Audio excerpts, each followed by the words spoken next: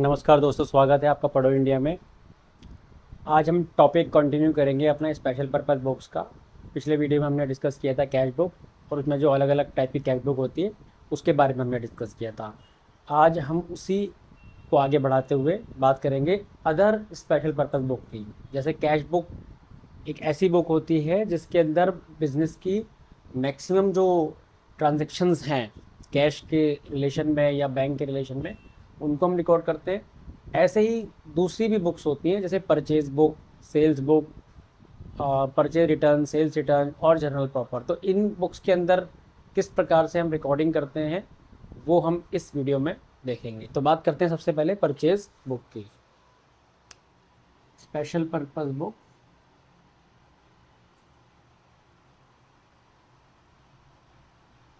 ठीक है। इसमें परचेज बुक जो है इसके बारे में हम बात कर लेते हैं। ऑब्जेक्टिव अगेन यहाँ पर भी वही है, जर्नल एंट्री, जर्नल बुक्स, जो जर्नल एक हमारी ओरिजिनल बुक ऑफ एंट्री होती है वहीं पे हम रिकॉर्ड करते हैं। उसका पार्ट ही एक तरीके से ये बुक्स हैं और इन बुक्स के अंदर स्पेसिफिकली हमें ये पता लग जाता है कि पर्टिकुलर नेचर की जो ट्रांजेक्शन्स हैं उनसे क्या मीनिंगफुल इन्फॉर्मेशन हम ड्राइव कर सकते हैं। तो अब बात करते हैं इसके फॉर्मेट की। परचेज बुक का जो फॉर्मेट है ये किस बात पे डिपेंड करेगा। हमें इन्फॉर्मेशन चाहिए परचेज बुक से कि क्या क्या आइटम हमने परचेज़ किए हैं अपने बिजनेस को कंटिन्यू करने के दौरान। तो जब हम किसी से कोई प्रोडक्ट खरीदते हैं तो हमें क्या मिलेगा, उससे इनवॉइस मिलेगा, इनवॉइस नंबर उस पर हो सकता है।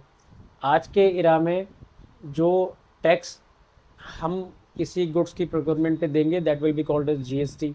जीएसटी की डिटेल उसके अंदर होगी और बाकी डिटेल क्या होगी, क्या क्या आइटम परचेज़ किए हैं वो सब होगा, ठीक है। तो परचेज बुक का जो फॉर्मेट है वो इसी चीज़ पे डिपेंड करता है। तो क्रोनोलॉजी, डेट, पर्टिकुलर्स, ठीक है, invoice number, GST, amount in rupees, यानी कि एक तरीके से कॉस्ट हो गई। एक वर्ड होता है फ्रेट और टोटल अमाउंट। फ्रेट जो शब्द होता है इसका मतलब होता है कि जब हम किसी से अपने गुड्स को परचेज़ करते हैं तो परचेज़ करने के दौरान वही गुड्स को जब सामने वाली पार्टी किसी ट्रांसपोर्ट मैकेनिज़्म से हमारे गोडाउन तक या हमारी शॉप तक लेके आएगी और उसके लिए जो हम किराया भाड़ा पे करते हैं that is called as freight. तो फ्रेट बेसिकली क्या होगा, ये कॉस्ट में जुड़ जाएगा गुड्स की, ठीक है। तो इस फॉर्मेट में यदि आप देखो, वैसे आप लोग अलग अलग बुक्स फॉलो कर रहे हो, वो अलग अलग बुक्स में कॉलम इधर उधर हो सकते हैं। अल्टीमेटली हमें ये समझना है कि परचेज जब हम करते हैं किसी भी आइटम की, किसी गुड्स की, कोई बिजनेसमैन जब करेगा तो क्या क्या एलिमेंट उसमें मिलेंगे। तो वही एलिमेंट बेसिकली हमने यहाँ पे कवर किए। इनवॉइस नंबर, जीएसटी कितना पे किया, कितने का हमें पड़ा, फ्रेट कितना पे किया, और इन सब का एग्रीगेट मिलकर टोटल अमाउंट यहाँ पे आ जाएगा, ठीक है। तो ये बेसिकली परचेज जो बुक है उसका फॉर्मेट हो गया। इम्पॉर्टेंट बात यह है कि जब हम रिकॉर्डिंग करते हैं अपने जर्नल में एंट्री क्या मारते हैं, परचेज अकाउंट डेबिट टू, अगर कैश परचेज किया तो टू कैश, चेक से पेमेंट की तो टू बैंक, और अगर क्रेडिट पे परचेज किया है तो purchase account debit to supplier. तो इसकी जो डेबिट साइड है यहाँ पे हम मेंशन करेंगे वो सारे के सारे मीन्स। अगर कैश हुआ है तो कैश अकाउंट, अगर बैंक से पेमेंट हुई है तो बैंक अकाउंट, क्रेडिट पर परचेज हुआ है तो सप्लायर, या फिर उसे हम क्या कहते हैं यहाँ पे, हम उसे कहते हैं क्रेडिटर। तो वो करके आ जाएगा, बाकी तो डिटेल्स हम डाल ही देंगे उस पर, ठीक है। मान लो 50,000 के गुड्स बाई किए हैं, 500 रुपये का उसके ऊपर फ्रेट पे किया है और इस पर जीएसटी 1,000 रुपये का पे किया है, तो 1,051 500 रुपये का हमारा जो है टोटल अमाउंट यहाँ पे हो जाएगा। तो इस तरीके से जो है हम इसकी इस फॉर्मेट के हिसाब से हम सारी चीज़ों को ऐसे दर्शाएंगे, दिखाएंगे, राइट। तो ये है परचेज बुक और इसी तरीके से सिंपल सा इसका हमने बना दिया ये फॉर्मेट। बट ऑब्वियस है यहाँ पे अगर मैं परचेज की अगर यहाँ पे मैं सेल्स कर दूँ तो सारी चीज़ें लगभग सेम ही रहेंगी, है ना। बट यहाँ पे जो जीएसटी है, जब हम परचेज बुक की बात कर रहे हैं, परचेज जब हम कर रहे हैं, तो ये जीएसटी कौन सा है? ये जीएसटी वो है जो हमने गुड्स खरीदने के दौरान, हमने 50,000 रुपये गुड्स खरीदे और उसके ऊपर हमने 1,000 रुपये जीएसटी पे किया। तो जीएसटी हमने किसको पे किया? इस क्रेडिटर को पे किया। ये क्रेडिटर आगे गवर्नमेंट को जो है, सॉरी, हाँ, ये जो जीएसटी हमने पे किया इसको सप्लायर को पे किया, और सप्लायर के लिए ये एक आउटपुट जीएसटी हो गया। इसके बारे में तो हम अलग से बात करेंगे, बट ये एक तरीके से कॉस्ट का पार्ट है जीएसटी वाला, ठीक है। तो ये जुड़ के हमारा इतना बन गया। इसको बेसिकली परचेज बुक की अगर हम बात करें तो ये हमारे लिए होगा input GST, input input GST. इसका थोड़ा सा एक टच हम दे देते हैं आपको।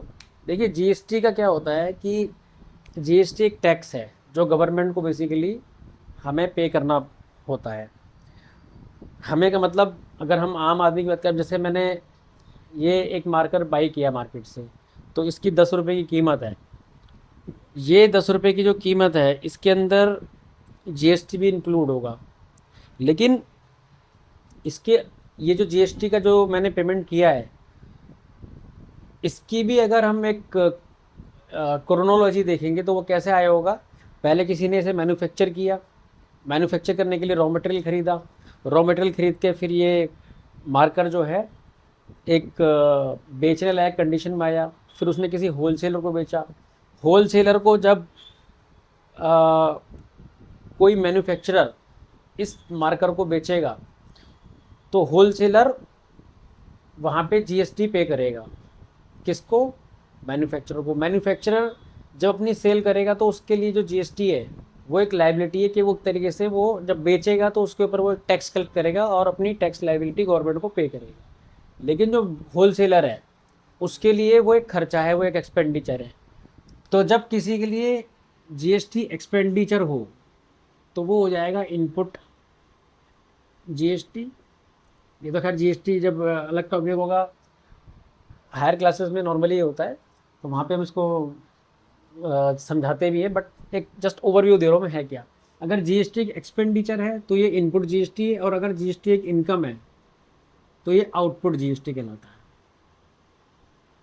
आउटपुट से मतलब ये है कि जो जिसकी इनकम है वो जब जीएसटी कलेक्ट करेगा किसी से तो वो गवर्नमेंट को पे करेगा। अब आप ये मार्कर मार्केट से खरीदना चाहते हो 10 रुपये का, और मान लो 2 रुपये का जीएसटी इस पे दुकानदार ने आपसे कलेक्ट किया, तो वो जो 2 रुपये उसने कलेक्ट किया है वो गवर्नमेंट को पे करेगा एज अ टैक्स, तो उसके लिए वो आउटपुट जीएसटी है, ठीक है।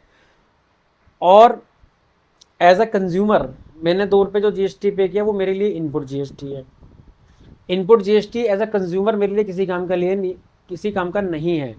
लेकिन जो लोग ट्रेडिंग करते हैं, जो लोग बिजनेस करते हैं, कुछ माल खरीदते हैं फिर उसे आगे फर्दर बेचते हैं, जैसे कि अगर एक रिटेलर होगा इस मार्कर पेन का, तो उसके लिए जो जीएसटी इनपुट है वो बड़ा काम का होता है, क्योंकि उसको अपनी ओवरऑल जो जीएसटी लायबिलिटी है उसको एडजस्ट करने के लिए एक मौका मिलता है, ठीक है। तो फिलहाल हम इतना समझेंगे कि इनकम के ऊपर जो जीएसटी है वो आउटपुट जीएसटी है, और एक्सपेंडिचर के रूप में यदि जीएसटी है तो वो इनपुट है। अब परचेज यदि कोई बिजनेसमैन कर रहा है तो उस केस में यदि वो जीएसटी भर रहा है तो वो जीएसटी इनपुट होगा, ये हमें ध्यान रखना है, ठीक है। अब मान लो इसी बुक को अगर हम सेल्स बुक में कन्वर्ट करें तो सारे पर्टिकुलर सेम रहेंगे, जीएसटी भी वही रहेगा, लेकिन जीएसटी यहाँ पे जो होगा उसका मीनिंग होगा आउटपुट, आउटपुट वाला जीएसटी, मतलब सेल्स वाला, मतलब इनकम वाला, है ना। तो सेल्स बुक यदि होगी तो फॉर्मेट यही रहेगा, यही फॉर्मेट रहने वाला है। बस यहाँ पे 2 की जगह हम बाई कर देंगे, क्योंकि जब हम सेल्स की एंट्री करेंगे तो क्या करेंगे, पैसा यदि आएगा bank account debit to sales, यानी सेल्स क्रेडिट होगा, तो यहाँ पे 2 की जगह बाई आ जाएगा। और अगर अगेन कैश में है या चेक से पेमेंट आ रही है या फिर उधार आ रहा है तो डेटर आ जाएगा।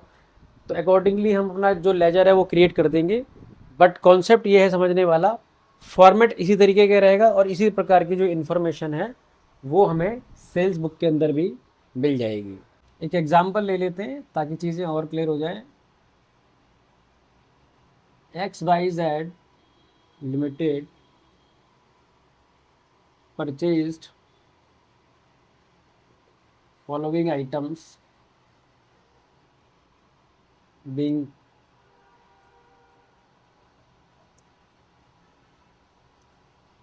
stationary items,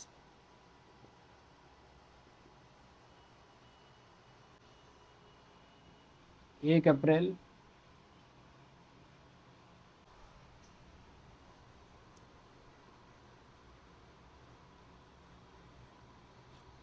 20 pencils set 5 set ₹100 each from ABC Limited after discount, trade discount of 10%. 5 April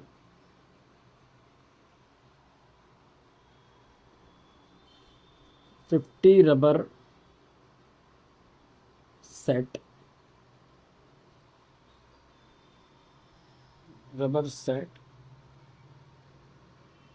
7 set at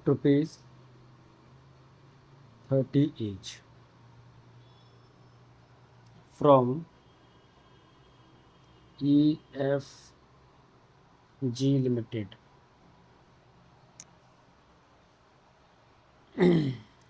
10 April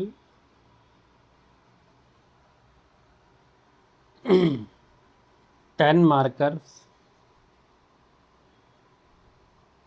at 10 each after discount of ₹1 each from MNL Limited। ज़्यादा बड़ी ट्रांजेक्शन मैंने नहीं ली है, छोटी ट्रांजेक्शन ली है टू अंडरस्टैंड दी कॉन्सेप्ट। अब इसको हम दिखाएंगे परचेज बुक के अंदर सोल्यूशन। परचेज बुक में हम इस ट्रांजेक्शन को कैसे दिखाएंगे, लेट्स सी। परचेज बुक, और यहाँ पे क्या लिखेंगे, in the books of XYZ limited, date, particulars, ठीक है, अमाउंट। ज़्यादा मैंने बड़े कॉलम नहीं लिए हैं, फॉर्मेट हमें मालूम होना चाहिए क्या है, ठीक है। जीएसटी वगैरह के इसमें हमने नहीं डाला है, अगर डालना होता तो हम एक ऐड कर देते और टोटल अमाउंट अलग से ले लेते, ठीक है। अप्रैल की सारी ट्रांजेक्शन है, अप्रैल 1 की ट्रांजेक्शन है। 20 पेंसिल सेट खरीदा,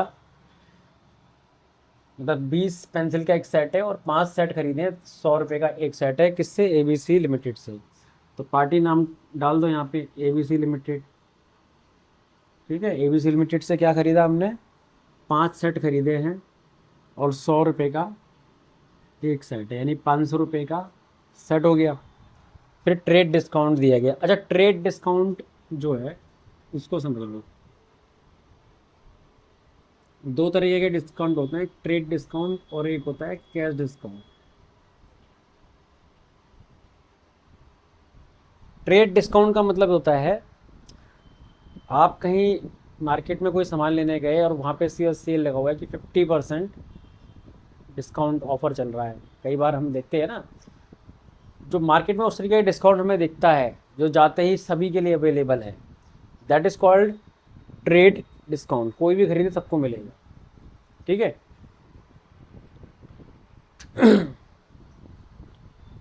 दूसरा होता है कैश डिस्काउंट। कैश डिस्काउंट का मतलब ये होता है कि दो पार्टी हैं, एक एक्स लिमिटेड है, एक वाई लिमिटेड है। इनके बीच में नॉर्मल बहुत सारी ट्रांजेक्शन्स होती रहती है बिजनेस की, अलग अलग बहुत सारी ट्रांजेक्शन होती रहती हैं। तो ऐसे में क्या होगा, एक्स और वाई एक दूसरे के डेटर्स भी होंगे और एक दूसरे के क्रेडिटर्स भी होंगे। इसको इससे कुछ पैसा लेना होगा, इसको इससे कुछ पैसा देना होगा, ये बिल्कुल संभव है।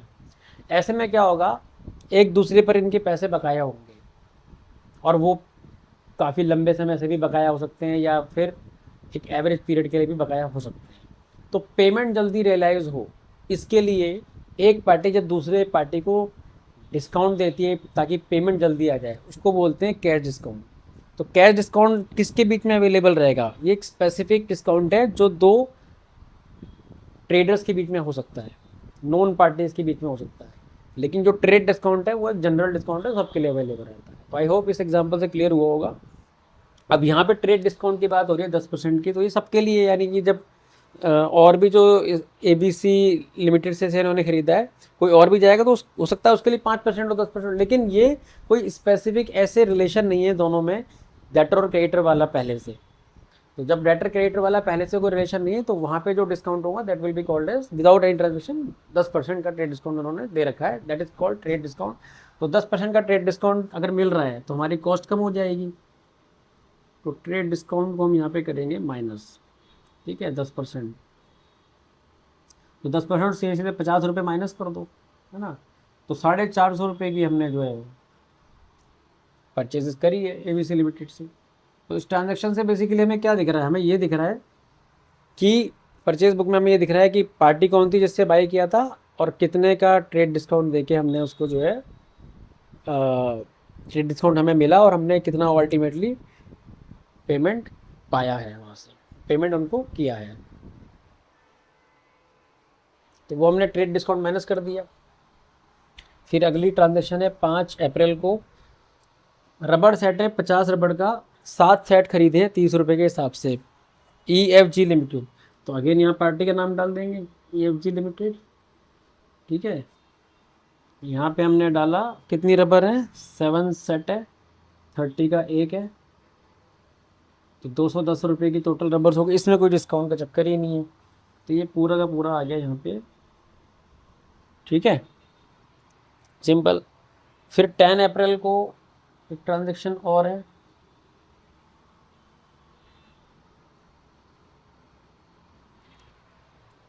इसमें क्या है,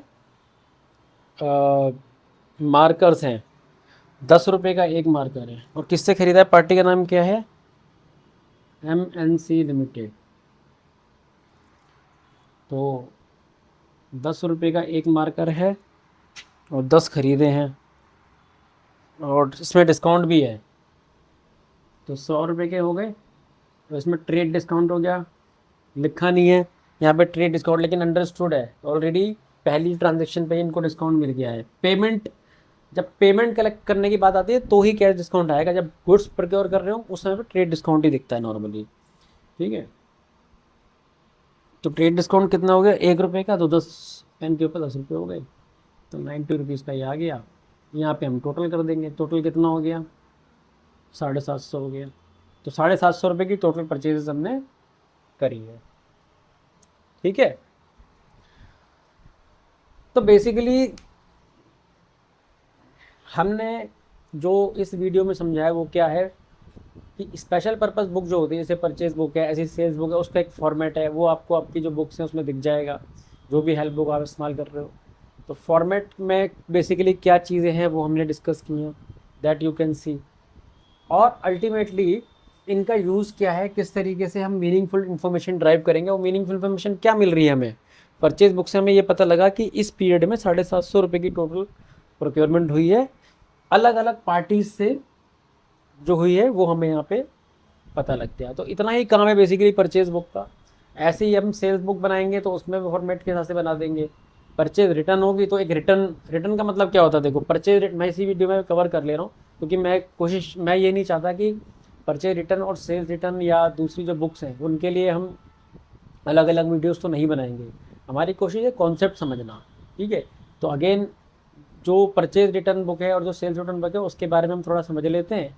बेसिक आइडिया मैंने ऑलरेडी दे दिया है इसमें, बाकी और इसके अलावा भी अगर फिर भी समझ में नहीं आता, एक डेडिकेटेड वीडियो और इन्हीं टॉपिक के ऊपर चाहिए, कुछ स्पेसिफिक एग्जांपल के साथ चाहिए, क्वेश्चन के साथ चाहिए, तो आप कमेंट में बताना। अगर कमेंट में लगता है कि ज़रूरत है उनको और एक्सप्लेन करने की तो फिर एक अलग वीडियो हम बना लेंगे। बट फिलहाल के लिए मैं आपको बता देता हूँ परचेज रिटर्न और सेल्स रिटर्न होता क्या है। परचेज रिटर्न का मतलब बेसिकली क्या होता है, अब इसमें तो हम ये देख रहे हैं कि इनसे हमने कुछ गुड्स परचेज़ किए। अब ये एक्स वाई जेड लिमिटेड ने ये गुड्स परचेज़ किए, फर्दर ये उसको आगे क्या करेंगे, कस्टमर को सेल करेंगे। लेकिन अगर इन गुड्स में से कुछ ख़राब निकला है माल, अगर माल ख़राब निकला है तो ये क्या करेंगे, अपने पास थोड़ी रखेंगे, ये वापस इन से जिनसे इन्होंने प्रोक्योर किया उनको वापस कर देंगे। तो इस घटना में क्या होगा, ऐसे आइटम की भी एक लिस्ट बन जाएगी जो उन्होंने रिटर्न किए हैं। तो जो रिटर्न किए हैं उनको रिकॉर्ड करने के लिए अलग जो बुक बन रही है वो बनेगी परचेज रिटर्न बुक। ठीक है, जनरल एंट्री हम करते थे तो उसमें परचेज रिटर्न का एक लेजर बना देते थे, यहाँ पे एक रिटर्न बुक अलग से बना देंगे। तो परचेज रिटर्न बुक में लॉजिकली क्या होगा बताओ, वहाँ पे यही सब कॉलम होंगे, बस वहाँ पे ये दिख जाएगा किस पार्टी को कितने अमाउंट का जो माल है वो हमने रिटर्न किया है, और उसमें मैक्सिमम एक रीज़न का कॉलम या रीज़न की नरेशन डाल देंगे। ठीक है, सेल्स बुक में क्या होगा, सेल्स रिटर्न बुक में क्या होगा, वहाँ पे भी यही चीज़ है। जो आपको कस्टमर को जो आपने सेल किया है माल, कस्टमर ने आपको वापस कर दिया, अब आपको उन आइटम्स की एक लिस्ट बनानी है जो आइटम कस्टमर ने आपको वापस भेज दिए, वापस आपको रिटर्न कर दिए, तो वो सेल्स रिटर्न बुक में बेसिकली रिकॉर्ड हो जाएगा। तो it is as simple as that. तो इसी के साथ परचेज बुक, सेल्स बुक और इनकी रिटर्न बुक ये हमने डिस्कस कर लिए। 5 बुक्स हमारी बेसिकली डिस्कस हो चुकी हैं। छठी जो बुक होती है जनरल प्रॉपर, अब मैं उसके ऊपर आ रहा हूँ। ठीक है,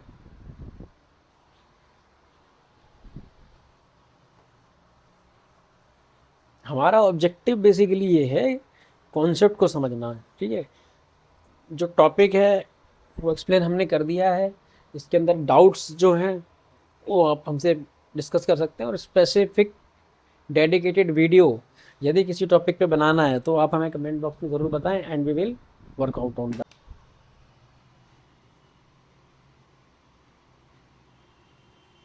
जर्नल प्रॉपर, ये वाली जो बुक होती है ना, सबसे इम्पोर्टेंट बुक यही होती है हमारे अकाउंट्स के अंदर। देखो क्या होता है ना, हम जब जर्नल एंट्री करते हैं तो उसमें बिजनेस की ट्रांजैक्शन को रिकॉर्ड करते आ रहे हैं। बिजनेस में पैसा इंट्रोड्यूस किया, फिर उस पैसे को आगे कैसे उससे परचेजिंग की गई, फिर सेल किया गया, कुछ खर्चों की जो है हमने पेमेंट कर दी। तो इस तरीके की जो चीज़ें होती हैं बेसिकली वो तो हम जनरल एंट्री करके उनको रिकॉर्ड करते ही हैं। लेकिन कुछ ट्रांजैक्शन और जो इम्पोर्टेंट ट्रांजैक्शन होती हैं उसको रिकॉर्ड करने के लिए, मतलब आपकी परचेज बुक में आपने, अब अगर हम बुक्स में जाएँ जनरल एंट्री के अलावा, तो आपने कैश बुक में बैंक के ट्रांजैक्शन में रिकॉर्ड कर लिए, कैश के ट्रांजैक्शन में रिकॉर्ड कर ली, परचेज सेल्स उनकी रिटर्न बुक में अंदर अकॉर्डिंगली जो इंपॉर्टेंट ट्रांजैक्शन है वो भी निकल गए। रेजिडुअल जो एंट्रीज होती हैं वो बेसिकली इसके अंदर आती हैं, और ये बहुत इंपॉर्टेंट एंट्रीज होती हैं। ये वो एंट्रीज होती हैं जिसके बाद का अगला स्टेप जो है वो होता है फाइनेंशियल स्टेटमेंट बनाने का, जिसे हम balance sheet, profit and loss account और उससे पहले ट्रायल बैलेंस बोलते हैं। ठीक है, तो जर्नल प्रॉपर के अंदर बेसिकली हम रेजिडुअल एंट्रीज़ को रिकॉर्ड करते हैं और कुछ बहुत इंपॉर्टेंट एंट्रीज़ को रिकॉर्ड करते हैं जिसके बिना हमारे फाइनल अकाउंट्स कंप्लीट नहीं हो पाते हैं। ठीक है, तो एक बार हम देखेंगे कौन कौन सी ट्रांजेक्शन इसके अंदर रिकॉर्ड होती हैं। इतना तो समझ में आ गया कि मैक्सिमम जो रेजिडुअल जो ट्रांजेक्शन होती हैं, जो बची हुई ट्रांजेक्शन्स होती हैं वो इसके अंदर बेसिकली आती हैं, और इम्पॉर्टेंट ट्रांजेक्शन ये होती हैं। तो रेजिडुअल एंट्रीज जो होती हैं, जो बेसिकली और बुक्स में कहीं और रिकॉर्ड नहीं हो पाती हैं, वो बेसिकली जो है वो इस प्रकार की जो 7 एंट्रीज होती हैं, 7 एंट्रीज का मतलब नेचर है ये, इनके अंडर में वो एंट्रीज होती हैं वो इसमें हम रिकॉर्ड करते हैं। देखो सबसे पहले ओपनिंग एंट्री, जब बिजनेस का मान लो एक फाइनेंशियल ईयर में बिजनेस चल रहा है ना। फाइनेंशियल ईयर का मतलब ये है कि हमने 1 अप्रैल से किसी बिजनेस की ट्रांजैक्शंस को रिकॉर्ड करना शुरू किया, जनरल एंट्री करनी रिकॉर्ड हमने शुरू करी है। फिर वो पूरा का पूरा अप्रैल से शुरू होके मार्च अगले साल तक, जैसे अभी 2026 चल रहा है तो 1 अप्रैल 2026 से लेके और मार्च 2027 तक जो भी बिजनेस की ट्रांजैक्शन हुई है उन्हें हम रिकॉर्ड करते हैं। अब मार्च 2027 तक हमने पूरा रिकॉर्ड कर लिया, अगर इसी को अगर हम एक साल पीछे आके देखें, जैसे अभी हम 2026 में चल रहे हैं, तो इससे पहले का जो फाइनेंशियल ईयर होगा इंडिया में क्या होता है, जो फाइनेंशियल ईयर होता है हमारे देश में, फाइनेंशियल ईयर जो होता है वो 1 अप्रैल से 31 मार्च तक का होता है। मतलब ये होता है, जैसे मान लो 1 अप्रैल 2025, पिछले साल में जो बिजनेस की ट्रांजैक्शन थी, अगर हम एक डेट को मानना पड़ेगा ना, कहाँ से हम ये माने कि किस पीरियड से लेके किस पीरियड तक स्टार्ट मानेंगे। ये इम्पोर्टेंट क्यों है, ताकि पूरा एक पर्टिकुलर टाइम तक का प्रॉफिट निकाला जाए और उस प्रॉफिट के ऊपर फॉर एग्जांपल सरकार को टैक्स देना है, तो सरकार को भी तो एक लिमिट तय करनी पड़ेगी ना कि 6 महीने के अकाउंट के ऊपर टैक्स मिलेगा या 1 साल में मिलेगा। तो इंडिया में, भारत में फाइनेंशियल ईयर को 1 साल का माना गया है। ठीक है, जैसे कि ईयर में भी, वर्ड में भी आई जाता है 1 साल है, और वो पीरियड हमारा 1 अप्रैल से लेकर 31 मार्च तक होता है। तो एग्जाम्पल के लिए अगर फाइनेंशियल ईयर 25-26 की मैं बात करूँगा, तो 25-26 का मतलब क्या हुआ कि 1 अप्रैल 25 को शुरू हुआ और 31 मार्च 26 को वो फाइनेंशियल ईयर ख़त्म हो रहा है। अब इसी नोट पे अगर किसी बिजनेस की ट्रांजैक्शन 31 मार्च 2026 को एंड हो रही है, तो इस साल एंड होने का मतलब ये हो गया कि हमने सारी जर्नल एंट्रीज उस बिज़नेस की कर ली, और करने के बाद में उसकी बैलेंस शीट हमारी बन चुकी है। बैलेंस शीट मतलब क्या, अकाउंटिंग इक्वेशन में हमने पढ़ा था ना, asset liability capital, assets is equal to liability plus capital. अगर नहीं है तो वो एक बार देख लेना प्लेलिस्ट में वाला वीडियो, तो उससे आपको क्लियर हो जाएगा। तो बेसिकली बैलेंस शीट के अंदर भी हम यही दिखाते हैं, असेट और लायबिलिटी और कैपिटल हमारा क्या होता है। अब इम्पोर्टेंट चीज़ ये है कि 31 मार्च 2026 को वो जो बिज़नेस की ट्रांजैक्शन है वो एंड हो गई, और इस डेट पर हमारे जो फाइनल अकाउंट्स हैं, फाइनेंशियल स्टेटमेंट है, वो हमने बना लिया, जिसमें बेसिकली बैलेंस शीट आती है। फाइनेंशियल स्टेटमेंट में बेसिकली हमारा मतलब बैलेंस शीट से होता है। बैलेंस शीट में अकाउंटिंग इक्वेशन समझो अभी, क्योंकि हमने किया नहीं है ना बैलेंस शीट, तो इस स्टेज पे आप ये सिर्फ अकाउंटिंग इक्वेशन याद रखो, asset equal to liability plus capital.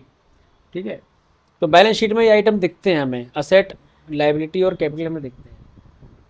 अब 31 मार्च 2026 को फाइनेंशियल ईयर खत्म हो गया, अगला फाइनेंशियल ईयर कब शुरू होगा, वो होगा 1 अप्रैल 2026 को शुरू होगा। तो फर्स्ट डे पे, अगले फाइनेंशियल ईयर के फर्स्ट डे पे, यानी कि 26-27 में हम क्या करेंगे, पहली डेट पर इस बैलेंस शीट से उठा के कुछ ओपनिंग एंट्रीज को हमें डालना पड़ेगा अपनी बुक्स ऑफ अकाउंट्स में, उसको बेसिकली हम बोलते हैं ओपनिंग एंट्रीज। तो ओपनिंग एंट्रीज का मतलब क्या हो गया, ओपनिंग एंट्रीज का मतलब ये हो गया कि जब ईयर स्टार्ट हुआ तो उसमें जो हमारे पास बिजनेस में असेट्स हैं, लायबिलिटीज़ है और जो हमारी कैपिटल है, उसकी जो पहली एंट्री हम रिकॉर्ड करेंगे उसको बोलते हैं बेसिकली ओपनिंग एंट्री। तो इसके अंदर सिंपल है, क्या करेंगे, जितने भी असेट्स हैं उनको डेबिट कर देंगे, जितनी भी लायबिलिटीज़ हैं उन्हें हम क्रेडिट कर देंगे, और जो कैपिटल है हमारी, जो बैलेंसिंग फिगर होगी बेसिकली, वो भी क्रेडिट हो जाएगी। तो ये है बेसिकली हमारी ओपनिंग एंट्री। ठीक है, ये हमारा डेबिट हो गया, ये क्रेडिट हो गया, ये फॉर्मेट तो फिर आपको पता ही है जर्नल का। ऑल इन ऑल हम ये कहना चाहते हैं कि अब जो ईयर नया स्टार्ट हुआ तो वहाँ पे पहली एंट्री हमने ये वाली कर दी, इसी को कहते हैं ओपनिंग एंट्री। अब ये वाली जो एंट्रीज है, क्या ये कैश बुक में रिकॉर्ड हो सकती है, नहीं। परचेज में हो सकती है, नहीं। सेल में हो सकती है, नहीं। ना उनकी रिटर्न बुक्स में हो सकती है। तो कहाँ हो सकती है ये वाली एंट्री रिकॉर्ड, केवल और केवल जर्नल प्रॉपर में। ठीक है, इसलिए ये जो एंट्री है वो बेसिकली जर्नल प्रॉपर में ही रिकॉर्ड होती है, मतलब बुक्स वाले कॉन्सेप्ट से अगर हम समझें। ठीक है, तो ये हो गई बेसिकली हमारी ओपनिंग एंट्री। अब ऐसे ही जब ईयर एंड होता है, अब ये ध्यान समझना, ओपनिंग एंट्री हमने समझ लिया, ओपनिंग एंट्री हमने समझ लिया कि असेट अकाउंट डेबिट होंगे, लायबिलिटी ये सब होगा। क्लोजिंग में क्या होगा, आप पूरे साल जर्नल एंट्रीज कर रहे थे, ओपनिंग एंट्री यहाँ से आपने उठाई। ठीक है, पूरे साल आप जर्नल एंट्रीज कर रहे थे और उसके बाद में साल हो गया ख़त्म। अब ख़त्म होने पे आपको बनानी पड़ेगी बैलेंस शीट। ठीक है, और बैलेंस शीट जब बनती है तो थोड़ा सा मैं आपको एक ओवरव्यू दे देता हूँ। आपने जर्नल एंट्रीज करना सीख लिया है, फिर आपने लेजर पोस्टिंग करना भी सीख लिया है, ठीक है। इसके जो अगला स्टेप होता है वो होता है बेसिकली ट्रायल बैलेंस। वो होता है ट्रायल बैलेंस। ट्रायल बैलेंस के आगे आता है प्रॉफिट एंड लॉस अकाउंट। इसमें ट्रेडिंग अकाउंट भी होता है, वो भी हम देखेंगे। और इसके बाद बनती है बैलेंस शीट।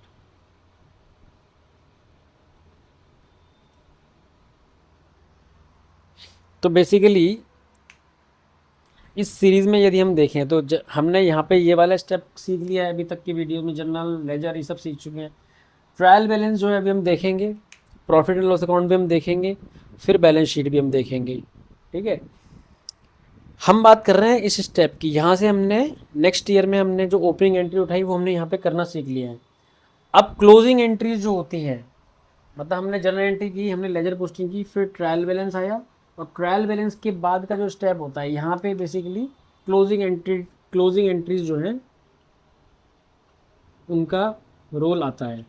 तो इन एंट्रीज में बेसिकली मैं एंट्रीज अभी डिस्कस नहीं कर रहा हूँ क्या एंट्री होगी। यहाँ पे बेसिकली कौन सी एंट्रीज होती हैं, ट्रायल बैलेंस में क्या होता है ना कि लेजर के अलग अलग बैलेंस होते हैं, जैसे डेटर्स का अलग होगा, परचेज का एक अलग बैलेंस होगा, एक्सपेंडिचर जो हमने अलग अलग नेचर ऑफ अकाउंट पढ़े थे बेसिकली, असेट लाइबिलिटी एक्सपेंडिचर, ये सब जितने भी अलग अलग लेजर्स हैं उनके बैलेंस होंगे। इन बैलेंस को हम फाइनली लेके जाएंगे अपने, या तो प्रॉफिट एंड लॉस अकाउंट में जाएगा, या ट्रेडिंग अकाउंट में जाएगा वो, या बैलेंस शीट में जाएगा। सारे के सारे जितने भी लेजर होते हैं उनको नील कर देते हैं, बिल्कुल ख़त्म कर देते हैं। तो सारे के सारे या तो यहाँ चले जाते हैं, यहाँ चले जाते हैं। तो बेसिकली इस प्रोसेस को बोलते हैं क्लोजिंग एंट्री।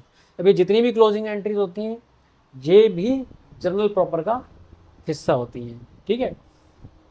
तो क्लोजिंग एंट्रीज में हम क्या रिकॉर्ड करेंगे, बेसिकली इस स्टेप पे जर्नल एंट्रीज आएंगी उनको रिकॉर्ड करेंगे। एंड डोंट वरी, ये भी एंट्रीज हम डिस्कस करेंगे, क्योंकि पूरा का पूरा जो ट्रायल बैलेंस है, ये सब जो टॉपिक्स हैं ये हमें करना ही है, ये भी सिलेबस का पार्ट है। But just I want to give you an overview कि होता क्या है ये, ठीक है। क्लोजिंग एंट्रीज में आएंगी रेक्टिफिकेशन एंट्रीज होती है। रेक्टिफिकेशन में क्या होता है, आपको कुछ जर्नल एंट्री करनी थी, ठीक है। जैसे मान लो आपको एक जर्नल एंट्री करनी थी, purchase account debit to bank account. ये एंट्री आपको करनी थी, मतलब ये सही एंट्री थी, लेकिन गलती से यहाँ पे बैंक की जगह ना हमने यहाँ पे कैश लिख दिया, तो ये हो गई गलत एंट्री, ये रॉन्ग एंट्री हो गई। जब इसको सही करेंगे तो इन दोनों के बीच में एक एडजस्टमेंट एंट्री करते हैं, बेसिकली उसको कहते हैं रेक्टिफिकेशन एंट्री। तो रेक्टिफिकेशन एंट्री जो होती है वो भी जर्नल प्रॉपर का पार्ट होती है। इसके ऊपर भी एक डेडिकेटेड चैप्टर है, that we will see in that chapter कैसे हम रेक्टिफाई करते हैं। फिर ट्रांसफ़र एंट्रीज होती हैं, कुछ बैंक अकाउंट से पैसा निकाल के दूसरे बैंक अकाउंट में डाल दिया, या किसी फंड से पैसा निकाल के दूसरे फंड में डाल दिया। इस प्रकार की जो एंट्रीज होती है वो भी इसी में आएगी। आप देखो अभी तक हमने जितना भी डिस्कस किया है, इसमें जितनी भी ट्रांजेक्शन आ रही है वो उन 5 बुक्स में नहीं आ रही हैं जो ऑलरेडी हम पढ़ चुके हैं। तो बेसिकली हम यहाँ पे देख रहे हैं मोटा मोटा इसमें आता क्या क्या है। एडजस्टमेंट एंट्री, इसी तरीके से कुछ एडजस्टमेंट एंट्रीज होती हैं, वो भी हम देखेंगे क्या क्या होता है उसमें। अभी फ़िलहाल समझ लो कि एडजस्टमेंट एंट्रीज जो है वो भी जर्नल प्रॉपर का पार्ट होता है। बिल ऑफ एक्सचेंज करके एक अलग टॉपिक है, उसके अंदर जितनी भी जर्नल एंट्रीज होती हैं वो भी हमारा जर्नल प्रॉपर का पार्ट होता है, ठीक है। फिर बची कुची ट्रांजैक्शन जितनी हमने अभी तक इन मोटे मोटे 6 टॉपिक्स में कवर करी है, इसके अलावा भी जो कोई जर्नल एंट्री बच गई वो सारी की सारी जर्नल प्रॉपर में आती है। तो इस वीडियो को बनाने का मकसद हमारा सिर्फ इतना था कि हम ये समझते कि स्पेशल पर्पज़ बुक क्या होती हैं, स्पेशल पर्पज़ बुक में अदर बुक्स क्या क्या होती हैं, और अदर बुक्स में भी जो सबसे इंपॉर्टेंट बुक होती है यानी जर्नल प्रॉपर, उसमें क्या क्या ट्रांजैक्शन कवर होती है। इन ट्रांजैक्शन के लिए डेडिकेटेड चैप्टर्स हैं, उन चैप्टर में हम डेफिनेटली और डिटेल में जाके समझेंगे एक एक जर्नल एंट्री कैसे होती है, और अंत में हम बैलेंस शीट बनाना भी सीखना है, तुम्हारे सिलेबस का पार्ट ही है, ठीक है। तो आई होप ये इसके पीछे की जो थ्योरी है, कॉन्सेप्ट है, वो आपको समझ में आया होगा। कोई डाउट है तो बताइएगा। परचेज बुक का एग्जांपल से हमने आपको ये बताया कि किस तरीके से फॉर्मेट को फॉलो करके सिंपल हमें अपना ट्रांजैक्शन को रिपोर्ट करना है। बाकी उसमें कोई इतना बड़ा रॉकेट साइंस नहीं है कि कैसे उसे रिकॉर्ड करना है, सिंपल ही है, फॉर्मेट को फॉलो करना है, बस कॉन्सेप्ट आपको मुझे समझाना था, that I have already made you understand.